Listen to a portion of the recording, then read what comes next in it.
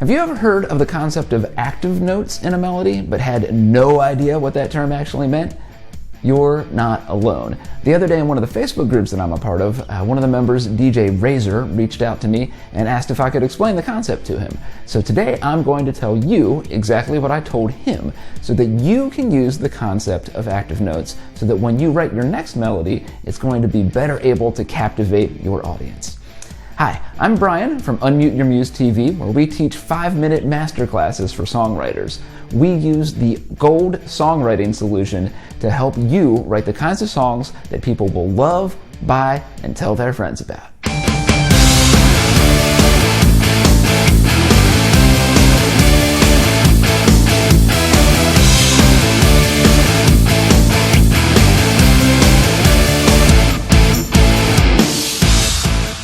So what are active notes?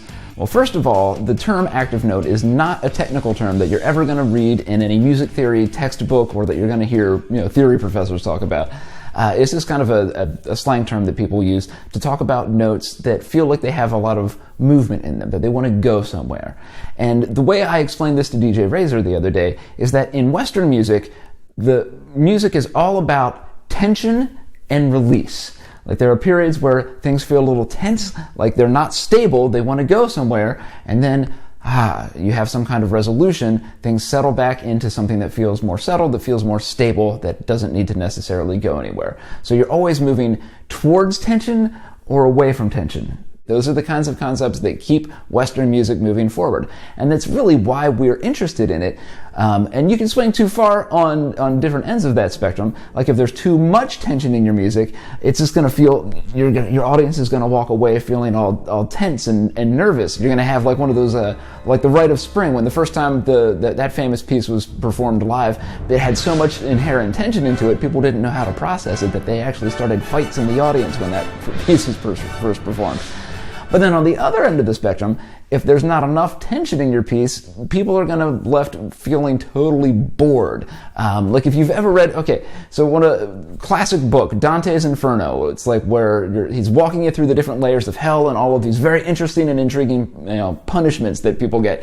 And Inferno is super famous. But it was only the first of a 3-part series, and then there was Purgatory and Paradiso. And in the Paradise one, the one about heaven, it's just the most boring read of all time because there's nothing happening. Everybody's happy, you're in heaven, life is great, there's no tension, it's just the most boring read ever. So nobody ever even talks about that one. So if you have no tension, that's a problem. If it's all tension, that's probably not so great either. For most of us, most of the time, we're going to need to have that sweet spot in the middle where your melody needs to have the right amount of tension and it needs to resolve in the right ways. Now you're going to have to make some informed and intelligent decisions about how much is right for you in this particular song that you're working on, but generally we're looking for something in the middle where things are going to feel, you have some periods of tension and then you release them. That works really well on the human psyche. We like a little bit of tension so that then you can get that really good dopamine kick of getting a little bit of release afterwards. What we're going to do is move over to the piano, and I'm going to show you using just a major scale and some major chords which notes feel the most settled and which notes have the most inherent tension in them, and how you can maybe use some of those different notes to bring out some really cool things in your melodies. Okay, just to keep things simple, we're going to be staying in the key of C, and we're going to be assuming that it's the C chord that's happening, that we're having a 1 chord going on, and we're in C. And what we're going to be doing is looking at each of the 12 notes, and we're going to be putting them in order from the most settled to the least settled. So starting with the most settled, obviously the most settled note that you can play over a C chord is a C. In any of the octaves, the root is going to feel the most settled because that's what your ear hears as the home note. So it's going to feel super, super stable. And even if, there are some sound wave reasons why even octaves sound good. So every time that you leap an octave, it's just doubling the amount of waves that happen per second. We can get into the physics on that in another lesson, but that does actually have to do with why our brains interpret some of these notes as more or less settled. It's not all cultural. There are some actual physics reasons behind it. Okay, following behind the root, slightly less settled, but still very, very stable, is the 5th. So in this case, G. You can you can hear that just feels totally at home. All right.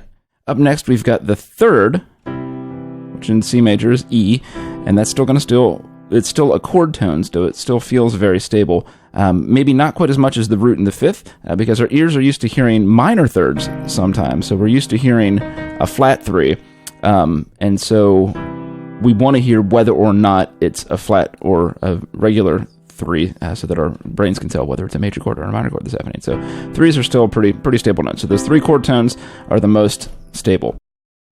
Now, moving on from there, I'm going to put these two together. We've got the 2 and the 6. Now, both of those are just a little bit away from a chord tone. Like the 2, you can go up a whole step or down a whole step. But it feels like it's not entirely settled. It's still a really beautiful color tone to use as part of a melody, but it still kind of feels like it wants to resolve a little bit or resolve up. Same thing with the 6. 6 is more likely to want to resolve to the 5 because the next nearest chord tone is the root if you go up, and that's a minor third up, so it's a little bit bigger of a leap, but you still hear that resolution still feels really good. It's not entirely settled, it wants to settle somehow.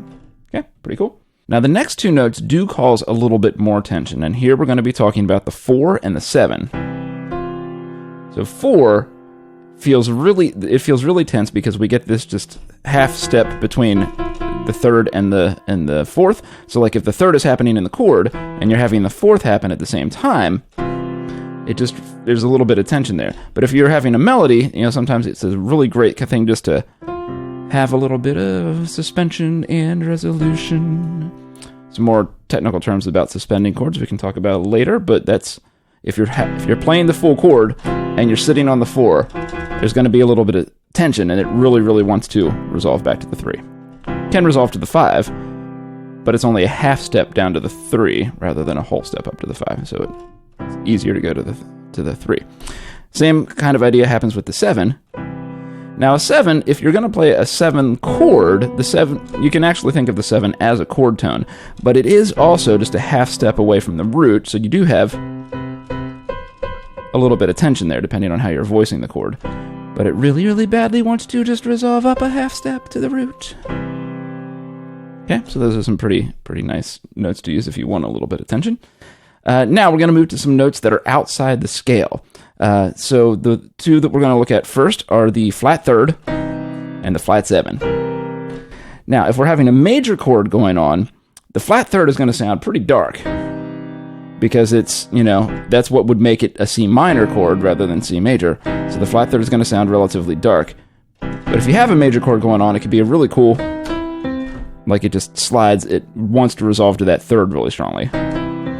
We'll talk about some blues theory another time. Blues musicians of all stripes use 3s and 7s both very creatively. Same kind of thing happens here. If you have a flat 7, but it's really a major chord that's going on, like it feels a little bit out of step because it's not actually in the key, and it can resolve down to the 6. But as we know, the 6 isn't real settled, so sometimes it's just wants to resolve down, or it can go up a half step or a whole step to the root. It makes it feel dominant, even if you're playing a major 7, that can be kind of.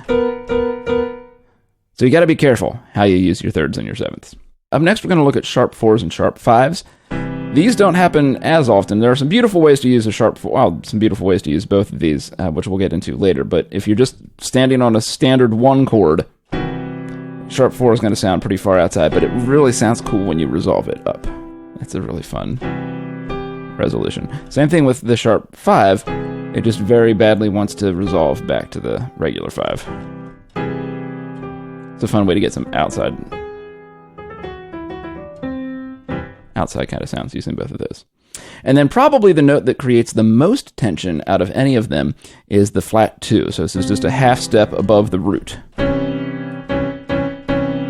Because you can hear that there's just that half step tension. Anytime there are half steps colliding with each other, you're going to get that kind of little wobbly feeling in the sound waves, and that just really badly wants to resolve back down to the root.